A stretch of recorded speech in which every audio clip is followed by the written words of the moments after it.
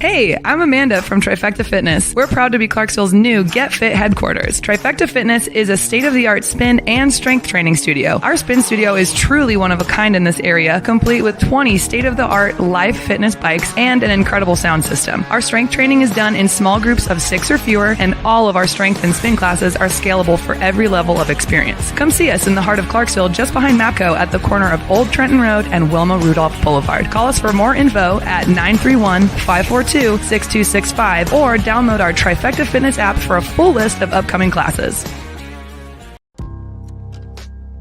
In October 2019, Arlington, Texas was chosen to be the home of a new national museum, unlike any other. The National Medal of Honor Museum will be a unique home of military history. The 100,000 square foot museum will house exhibits, archives, and artifacts relating to the 3,500 U.S. troops who have been awarded the medal, the nation's highest honor for valor in combat. The museum will have 31,000 square feet of galleries dedicated to U.S. troops who have received the award. The museum CEO, former Navy SEAL and NASA astronaut Criss said the museum will focus on education as much as preservation. The building will have 5 areas dedicated to Medal of Honor winners from the Army, Marine Corps, Navy, Air Force, and Coast Guard. The main gallery will be located in a central plaza under a 25,000 square foot slab of steel, which will appear to be suspended in midair. It will be supported by 5 pillars. Black Rifle Coffee is a corporate sponsor of the museum, as are the Dallas Cowboys.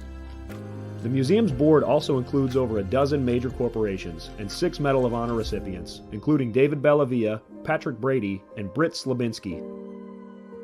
Army Staff Sergeant Bellavia was awarded the medal for clearing an entire house by himself on November 10, 2004, as a squad leader in support of Operation Phantom Fury in Fallujah, Iraq. He killed 4 enemy fighters and wounded a 5th in close quarters battle. Army Major General Brady flew and coordinated the evacuation of 51 seriously wounded men during a firefight in Vietnam in January 1968. Slabinski, a Navy SEAL chief and team leader, led a rescue team of SEALs during Operation Anaconda in Afghanistan in March 2002. Slabinski and his team flew to a mountaintop ambush site to rescue Petty Officer First Class Neil Roberts, who had fallen from the back of a helicopter. Slabinski led the team through almost constant combat against an entrenched Taliban force. Along with the board members, former presidents Jimmy Carter, Bill Clinton, George W. Bush, and Barack Obama serve as honorary directors. The museum is expected to open to the public in late 2024.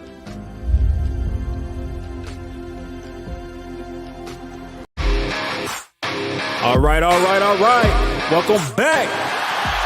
MisFitNation, the MisFitNation show. We are a show founded by a veteran and hosted by 2 veterans and a military spouse. Our mission is to get people to tell their stories to the world. If you're an author, share your tips with the Misfit Nation. If you're a musician or an actor, our audience needs to know how they too can get into the business. Coaches, we love our coaches. Come on and share your tips with the Misfit Nation to help them become better versions of themselves. If you are a corporate leader or an entrepreneur, come on and show how you did it and how hard you have fought for success. If you are a veteran, first responder, or Gold Star family, we would love to have you come on and share your story with the Misfit Nation. We always have time for you. If you're feeling down, alone, or starting to see the darkness, Stop. Think about those who are around you. You are not alone. You will be missed. If you feel like your problems will be a burden to those in your inner circle or feel embarrassed, dial 988. If you are a veteran, take option 1. We need you to keep pushing forward. Don't make a permanent solution to a temporary problem. If you are a new listener, welcome to the Misfit Nation show. Be sure to subscribe to our show on your favorite podcast app. Also on our YouTube channel at @the_MisfitNation. Subscribe and click the bell to keep you up to date on our latest episodes and all of our news. You can also find us on Heroes Media Group and About Face Radio. Now, let's get to the show!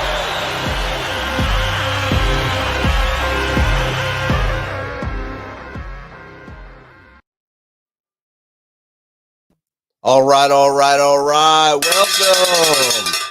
to the 400th episode of the MisFitNation.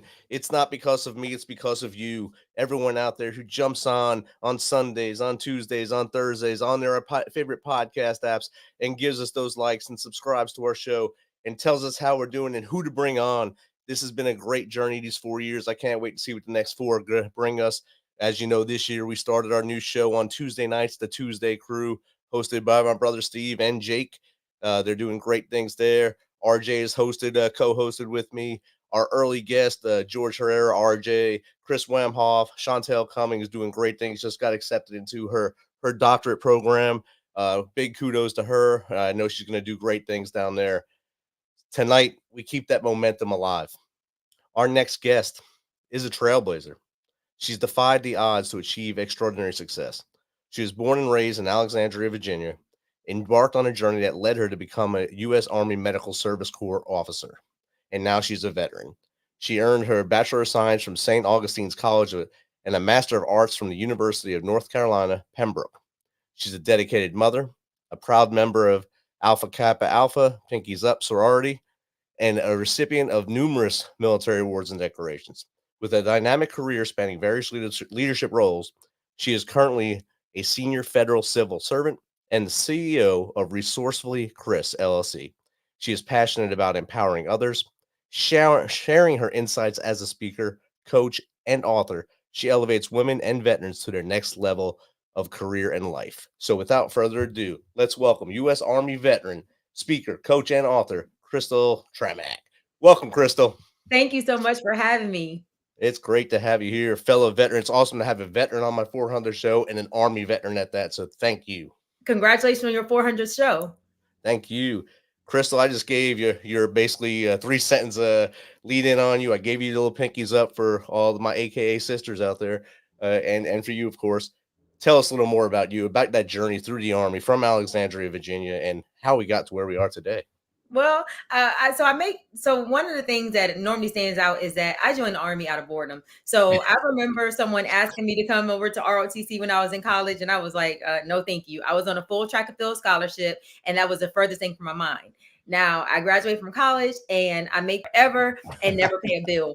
I'm an only child, so I was like, this is not going to work. The fastest way out of here is to join the military because, of course, I get to put money in my pocket. I love not having college debt. So that was an opportunity for me to continue with advanced schooling and letting the military pay for it, getting some work experience, and, of course, just getting away. So, I got a roof and money in my pocket, food in my stomach and all the rest of that stuff. And so I was like, yeah, I'm going to do this. So I make the joke about my good idea fairy. She tells me to do a lot of things that sometimes don't always seem like such a good idea. When I get into it, I'm like, why did I do this? But that's how I ended up in the military. I only wanted to do the shortest amount of time possible. But as you and I both know, those jobs that they're offering for the shortest amount of time possible aren't normally the most appealing. So I had to sacrifice and say, I'm going to do 4 years. So then I said, I'm doing 4 years and I'm getting out.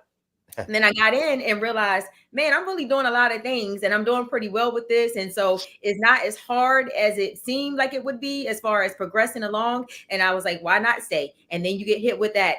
If you're going to do 10 years, you might as well stay, or you got to make the decision to go. So that is how I got here today, what led me on my journey. And then, of course, there were a lot of turns and great things that happened along the way, but there were also some challenges that happened along the way. And so that led me to where I am today. Awesome. You speak very fast. It's awesome. Well, did you choose Medical Service Corps officer, or was that kind of you had they said, pick these 3, this is the one that stood out to you? So I actually enlisted. I was a combat medic. Okay. Of course, that's not the way the recruiter put that to me. So I was a healthcare specialist or a medical specialist. And then when I got to AIT, to Advanced Individual Training, and they said, welcome to the combat medic course, I'm like, what? That sounds real G.I. Joe-ish. And I was like, that wasn't what I signed up for. So once I left there, my first assignment was Fort Drum, New York. Ooh. So unless you are an outdoors person and you love cold weather, you will not be a fan. So I decided that recruiting was my fastest way out of Fort Drum, and I volunteered to be a corporal recruiter. So I went in, I did a lateral promotion from E4 specialist to E4 corporal, became a recruiter, Someone said I did a good job. I don't know who this person was to this day, made a recommendation for me to go over to medical recruiting. And while I was there, I qualified to be for a direct commission. So I recruited myself to commission into medical service corps. Wow, did you get credit for that? So you get your badge? So what I did get a badge. I did not get it for that. But what I did with that was I recruited myself. I completed the packet. And then my battle buddy whose mission it was, I said, sign your name to this packet so you can get credit. Our station gets credit and I get to commission. Outstanding. That's a good journey right there. I know I've met a few people that have joined to do the combat medic thing for basic AIT and they go right into OCS and then the career path you went on without going to Fort Drum. So you got to go skiing and then do it. So it's a different path. Yes. Where was your favorite station along the way? I know Fort Drum was not it. So what was it? Fort Drum, you're right. That was not it. I really enjoyed Germany. And so I went there with my family and I thought that because Germany was such a great assignment that I could definitely do Korea by myself. And I was like, oh, this is a no-brainer. Yeah, totally different world than Germany. I appreciate the opportunity that I had there. And so one of the blessings for me is that one of my friends that I commissioned with, that I went to the officer basic course with, actually went with me to Korea. So we were there together. So I had my battle buddy that I commissioned with. I had my sorority, of course, and my church family. And so that really did help me get through that year away from my family. So I am grateful for that. But I wasn't in a bad spot. I was in Seoul in all fairness, but it was just a very different environment than Germany. But I did really like Germany. Awesome. I loved Korea. I was in Korea 3 times, Germany for 8 hours during my active duty time because my plane broke down. So I got stuck there for 8 hours. Korea 3 times, third time in Seoul. I lived down in Hanamdong, right down from Yongsan there. Okay. We had a blast. I had my family with me that time. The first 2 times I was just, typical Joe, just drinking and doing what Joe does. And the third time was family and tour guide Barbie kind of stuff going all over Korea. So I had a blast. Nice. In Germany, where were you stationed there? We were in Mannheim, Germany. So we actually were in Mannheim, but we lived in between Kaiserslautern and Mannheim. And so we lived in a community where they had the largest wine festival in Bad Dürkheim. So it was a very, very beautiful community. We were the first ones to live in a house. It was just newly built. So people, most of the time when we went to the grocery store, they would think that we were just visiting. And I'm like, nope, we actually live here. And they're like, you guys. So it was about 45 minutes from Mannheim on the Autobahn, which would be about an hour and a half in the United States at a minimum. Yes. Oh, that's without that, like where you are right now, without the beautiful 95 traffic. Exactly. Any of the 95s. So. All right. Tell the audience a little bit what the medical service corps actually is, medical service corps officer, as opposed to a doctor or nurse or something like that. So the medical service corps is actually medical service corps officers actually provide all the administrative support along to the military medicine. So anything that comes to your hospital administrator, your human resources, your IT, your comptroller. So those that are dealing with financing, logistics, your patient administration, every single thing that the rest of the world, or I would say the rest of the military has, the medical service, the medical specialties within the military family has their own support system. So we don't necessarily go outside to have anyone else support the medical department. So that is what it is. So I've done patient administration, I've done logistics, I've done hospital administration and human resources as well. And a lot of the medical service corps officers wind up being the leadership of a lot of medical units, don't they? Yes. So I've been a company commander and I've also been the chief of military personnel a couple of times. And just being the section OIC of some different departments and things like that as well. Yes. I guess a lot of people don't understand there's 2 different paths for the medical corps, and one's kind of a leadership, one's kind of the technical side or the doctor side, medical side. So I just want to clear that up for everyone that's listening. After you got out, I know you're a federal civil servant. I don't know if you're allowed to talk about what your job is. Are you in the same field, or what do you do now? Yeah. So, I actually was one of the ones that got caught in the downsizing. So essentially the Army laid me off about 4.5 years earlier in my retirement. Yeah. And with the same packet that I was actually selected to go to school for my second master's degree in a fully funded program, that's the same packet I was separated with. And then the same packet I was looked at for my first look for promotion to the next grade. So, it was quite a busy full 6 months of my last year in the Army. And so it was definitely a challenge for me. But when I got out, I actually transitioned. It took me a little bit of time to get into the federal government because as if that was not enough, the government went into a hiring freeze the day that I retired. And it was winter. Oh, So wow. I did a few other things before I actually went into the government. But yes, being a civil servant employee, I am supporting military medicine the same way. So I have supported in the aspect of being under all Navy leadership when I was still in uniform, and supporting the Army, of course, and then now supporting the Air Force. Oh, wow. So Yes. all you need is the Marines now, and you have Right. all, maybe Space Force, I guess, if they do anything with medical, I don't know. But They do, yeah, and I've been yeah. seeing some emails come to me asking me if I want to apply for, like, if I want to take the interviews for some Space Force opportunities. So yeah. You got your master's from North Carolina, Pembroke. Was that your first or second master's? Because you just So said you got your second. that's my first master's. The second one did not happen because Oh, I was supposed to start school that following year. And so I'm actually currently in my doctorate program. And nice. so instead of going back for another master's, since I'm using my military benefits and no longer in service, I'm going after the doctorate degree. So yes, Smart move. Smart move. thank you. Yes. I'm also going for my doctorate right now through Liberty, in the battle of my dissertation right now. So it's a fun time, fun time. Lots of no sleep. It's great. Congratulations. Yes, Thank I got you. accepted to them as well, but I ended up going to another school in Virginia that's actually in the same city. Okay, So yeah. that's outstanding. So we're going to be kind of alumni next door to each other. Yes, absolutely. That's aw- Absolutely. that is awesome. And you also started a business, resourcefully, Criss. Tell us Yes. about that. So that is my business that my coaching, speaking, and my author efforts fall underneath. And so my parents actually call me Criss, and that's a nickname they give me. And so, yeah, and we spell it differently than what most people spell it. So it's Criss. And so Okay. I'm resourceful. I learned in recruiting how to do a lot of research, and that skill that I picked up from recruiting is like unmatched. And I've definitely used it to find so many different things. And so as I start to look for stuff and I start pulling back the string on stuff, I'm like, yeah, I'm very resourceful. So people are like, how do you know the stuff that you know? So I do a lot of research. I do get connected, and I also try a lot of things for myself. And as I'm doing that, more things come out that I didn't know were there before. And so I named the company Resourcefully Criss. That is outstanding. It says author. What did you author so far, or have you Okay. written? So Are you still trying?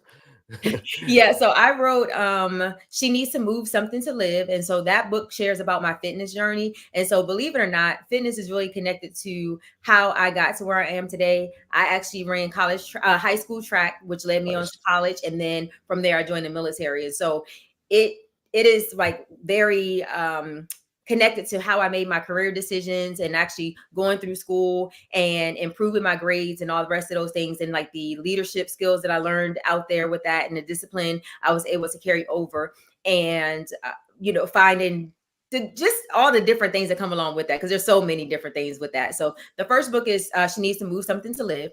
And then it gives some tips about how to do some different things where people get a little intimidated about getting physically active. And so I actually am a co-author in another book where I am a Amazon bestseller. All right. And that is talking about some different resiliency challenges that women leaders have gone through and how we've come out on the other side of it. And then my final book will be coming out soon. It is on pre-order now. And that is not my final, but my final at this time. Yes, final at this time is landing a six-figure federal career, the blueprint to landing your dream job. And so that is actually on pre-order now. And that's sharing about getting access to those federal positions, because as we know, people are a little bit intimidated or frustrated or both with the whole system. So just sharing some tips as well, and how to move through that system and strategize your way to getting the most out of it that you can. 100%. People they quit once USA jobs. They see how long how long your government resume has to be, how long the process is to apply, and then they just kind of go to the first thing that pops up outside of that, and then they forget that they even applied for the year or so it takes for them to get that call back. So Yeah. it is hard. It's good to have people like yourself. And we had Tab Bartley on here a few months ago, and she works in the GS world as well. And every Friday she gives tips on how to do it on her LinkedIn. So it's pretty cool to have people helping other veterans and other people to get into the government side of it. Yes, I actually met Tab at a Navy workshop a few months ago that we did together. So yeah, she's great. And she's an awesome person. I had a blast with her on the show, just like I am with you right now. So I feel like I'm talking to both of you at the same time. What was the name of the second book where you were the bestseller? Real Women, Real Problems. Real Women, Real Problems. Hmm. Okay. Yep. So that's also on Amazon. I should write things down. In your speaking career, have you had big speaking engagements so far, or is it still slowly growing? So, I mean, I've spoken for the Army, of course. I've spoken for the Air Force, and so I have also spoken for some nonprofits and also some schools, and just sharing my military journey as well. So, of course, that comes with the resiliency piece. Yeah. That comes with some endurance, some leadership. That also comes out of that, and also sharing with most recently diversity, equity, inclusion. And so some of the challenges that I've experienced in the military and how it really does impact your employer's work. So you want individuals to go above and beyond, then treat them right, because they will, if you treat them right every day, most of the time they're going to do what they need to do and then some. But when you're trying to be that person that wants to have a power struggle and I just need you to know that I'm in charge, and you're not valuing who they are as a person, then you're going to lose them and you'll get way less out of them from that. So as we know, the old saying goes, you get more bees with honey. So it's the same thing in every other environment. So treat people right. Exactly. Treat them as you want to be treated. I think that's a saying in the Bible or something like that. Treat others as you Right. want to be treated. That's the best way to live. If you want to treat people bad, they're going to treat you bad, or it's going to come back to you twofold or threefold or Yes. whatever you want to call it. Uh, you elevate women and veterans to their next level of career and life. Do you get to like sit in groups of veterans and women veterans, especially? So I know women veterans need a little more camaraderie now because there's a lot more of them now than there was as when we were in service. And through the GWAT, so many women joined the service after 9/11 and are still serving now. Do you see there's a bigger need for women groups to come together and do that camaraderie like the dudes have been doing all this time, and maybe get together with the dudes and maybe fight for better stuff for everybody? I do believe so, because as you know, it is a whole different thing. And so we have our own unique challenges, and we do need that support, because you don't identify with the other people that haven't served necessarily. And they're saying things that you're like, yeah, that doesn't make sense to me. Or no, but I'm going to get up and still push through and do these things, where you're sitting back saying, woe is me. You're sad about leaving for a weekend or a few days to go to a hotel somewhere. And we're like, no, like we left our family for a year. We left our family for months. We left our family for years. And you miss big milestones. It's not, I just went away for the weekend and I just missed them, or I'm at work for several hours and I just missed them. So I definitely believe we have our own unique challenges there. And then the same thing with even like, let's talk about showing up to the VA. Yes. People don't, like, they still have a hard time understanding that we've served. And so you're in the VA getting cat calls and all the rest of this foolishness. And you're just like, okay, when I go into the VA, I'm on a mission. I have a serious face. I'm like, I don't see anybody. I'm going to my appointments. And I'll even miss, like, you could be walking right by me and like, hey, Crystal, you didn't even, because I'm so focused on, I don't want to engage with anybody that's being, a way that I'm not. So I see them now trying to put signs up to talk about harassment and how to treat people. And at the end of the day, we know that you shouldn't have to do that at this point, but experience. And, I've heard things like people say, oh, well, this person didn't have this kind of experience, or they didn't deploy, so they shouldn't qualify for benefits and all the rest of the stuff, because people are just making these assumptions. But everyone's had their own service and their own experiences. And so you can't say what's happening with them physically, mentally, or otherwise, or spiritually. So Yes. everyone's experience is very unique. And so I think it's a great opportunity to get connected. And so, yes, we can get to connected on our own, but then as we build out, we can also share with you all as well and keep, connected in the community. Because as you remember, when we show up into our units, someone's welcoming us in, but that's not what happens when we get out in the civilian sector. We're out here so you can go to work and go home and be a hermit. Yeah. And never meet everyone in your office. Yes. Yes. And you're 100% correct. And I think I first went to the Nashville VA here when I first got out in 2015. When I walked down the hall, I thought I was walking into like zombie land, because everyone was so on so many drugs. They were just walking, didn't have any look in their eyes, were almost dead looking. But there wasn't many women in there, and I didn't understand why. But they had a whole separate clinic for women down like another mile down the road. Now they've integrated them both together. So you see the interaction between people now. And I've seen everything you just talked about. I have seen it when I go to my physical therapy appointments. And I've seen right in physical therapy, there's the poster about harassment and stuff. I said, we shouldn't have to do this. This should be all adults here who have served. This should be common sense, but it's not. Right.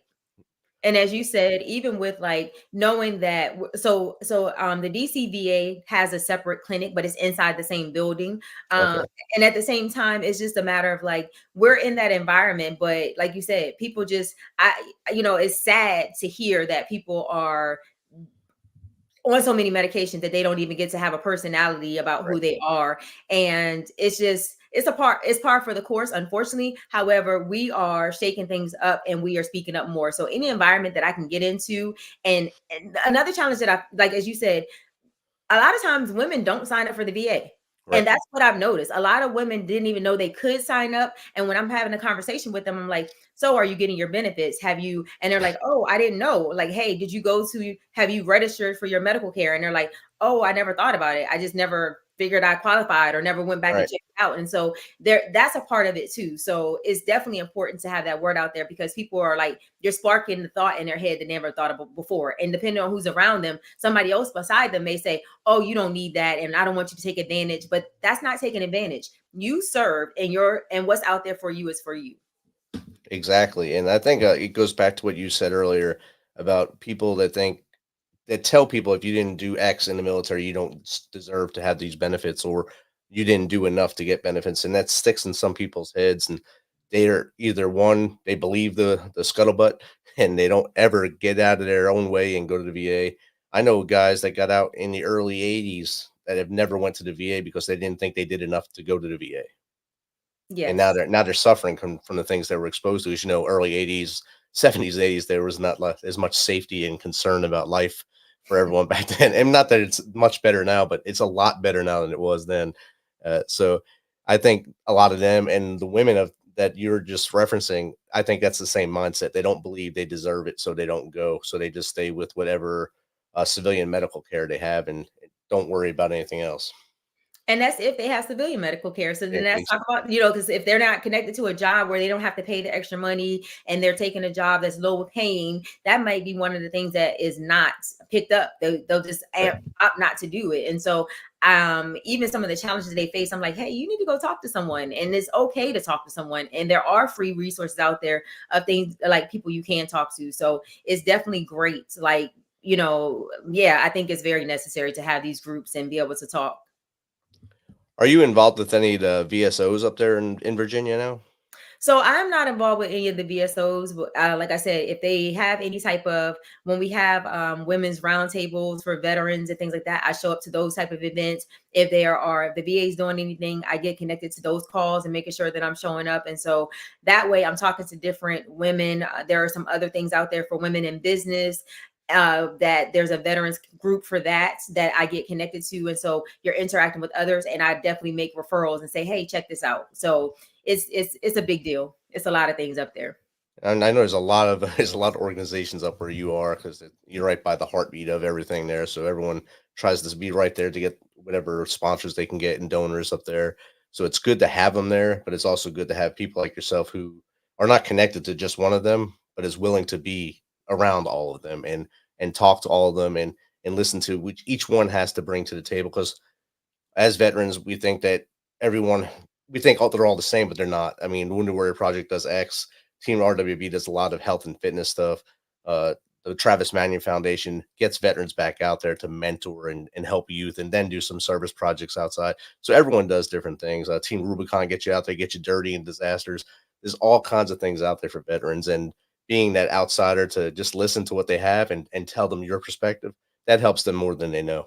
Yes, absolutely. So, I mean, you got a lot of stuff going on. You got 3 books out. Well, one, which you say is your final one for now. And I'm sure it's not going to be your final one. You'll have a lot more. Where do you see yourself in, say, 5 years? Oh, where I see myself in 5 years. Or That is a great question. Yeah. So, I mean, it's a pretty deep question, because I don't want people, so I'm gonna give a little transparency. I recently did a talk, and so I wanted to talk about control. That was what I wanted to focus on in the talk, and just kind of being able to pivot and change course and still be able to come out well on the other side of it. And so I got the feedback of, when you were talking and when you were sharing your story, all I heard was winning. Like I heard winning. So she was like, I want you to talk about all I do is win. And I was like, okay. And then she's like, most of the time people don't connect with you when you talk about winning all the time. She was like, but I want to hear more. And I feel like you can share more of that. And so, but she's like, sometimes you lose the audience when you share about winning too much. And so, yeah, we've all had challenges, but I definitely will have my, so doctor is coming real soon. That'll be within the next 6 months. So I don't have much longer on that. I'm excited to be out there in front of more people that really want to move the needle in their life. They really want to make some challenges, some differences in their life. They're not struggling to work 2 jobs to bring in income less than they could in one position, to where they can get more quality of life back for themselves and their family. They can build a legacy, and they can also show their family what it is to have a harmony and not be overworking and having a hard time paying their bills and things like that. And so that's one of the things I want to be out there in front of more people, and I want to be connected to more individuals in that way. The other part is that I'm definitely building a legacy for my family. So of course, as you get out here and do this work, that's coming along with it. That'll allow me to step out of my civil servant position. And so I do love being a civil servant. At the same time, I need to be able to focus more on the people that really need me. And everything has its season.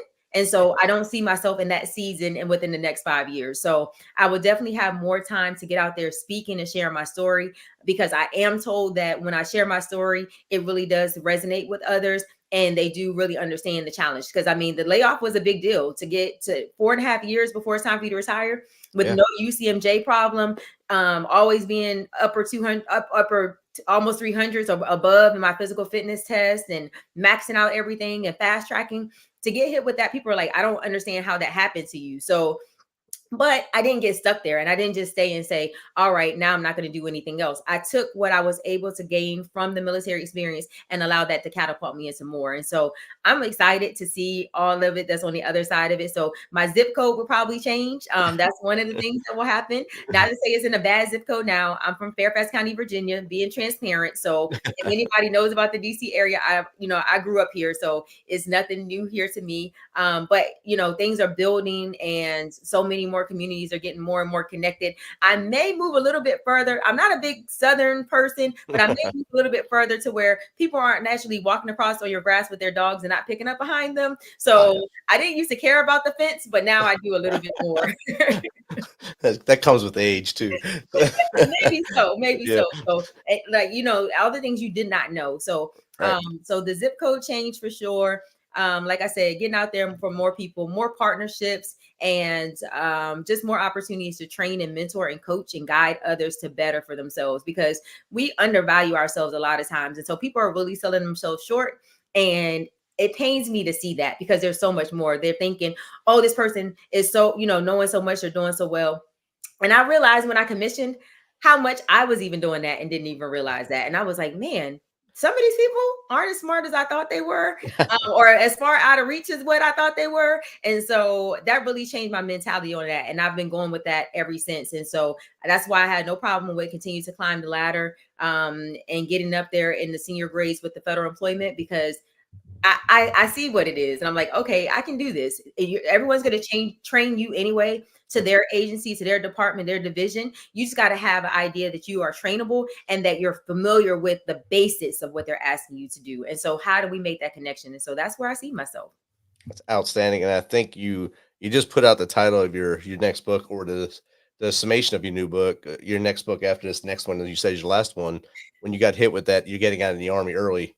That right there should be your next book. What do you do when you don't know what to do with your hands at this point? When they stop you in your tracks. There you go. You got it right there. Thank you. Thank you so much. I appreciate that. I will definitely, give you a shout out on that one. Thank you so much. But that's what happens when you keep moving. When you keep moving, things connect to you, and this stuff like this comes out of it. But if you're sitting still, you're going to miss it. There's nothing, you're not getting any content, you're not getting any downloads. And so you're going to miss it. But this is why we keep moving forward. So thank you for that. You're welcome, and I can't wait to buy that one. Crystal, where can people get in contact with you to either just chat with you like we are, or maybe learn more about your business, or maybe hire you to coach and mentor them? So I am on Crystal She Speaks across all social media platforms. So that's IG, that is Facebook, that is YouTube, even Clapper, because I know some people don't know what that is, but it's a blend. It's a blend between IG and Clubhouse. And I'm also on LinkedIn at Crystal Hamlin Tramack. So my maiden name is also a part of that, but you definitely can find me. If you type in Crystal Tramack, you will find me on all the social media accounts. And I'm also on Twitter, or X now. The X, yes. And those links are going across the bottom, and they will be in the show notes as well. So if you want to reach out, make sure you reach out to Crystal before she becomes too big with her 4th book that we just gave her the idea for, and she's doing her world book tour with that one. So Crystal, this has been awesome having you here on our 400th episode. I hope you had as much fun as we did. The audience was into it. It went by very fast. Again, thank you for taking some of your East Coast time, since it's pretty late there right now. It's 8:30 there. We're still getting into 8 here, so I'm still having some stuff to do at the house. But thank you again for being on and for all that you're doing. Thank you so much for having me, and congratulations again on your 400th show. And I wish you all so many more. And I wish you just the very best in everything that you do. Thank you so much. Have a good night. Have a good night. Thank you.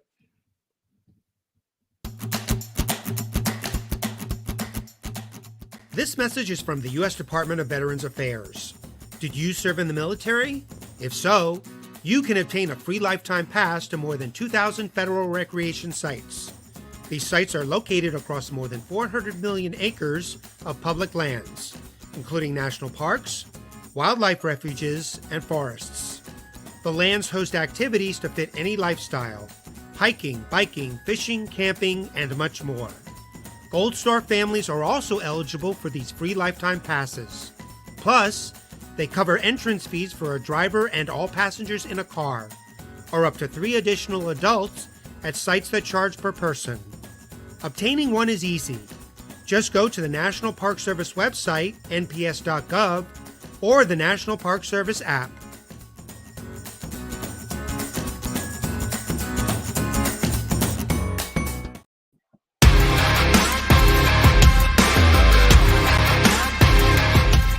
Thanks for checking us out and being a part of the Misfit Nation show. Don't forget to visit our website at themisfitnation.com. That's themisfitnation.com. Check out all our past episodes and get some of the great Misfit Nation gear for you and your family. As always, be humble, stay hungry, and keep hustling, because we are Misfit Nation. Misfit Nation.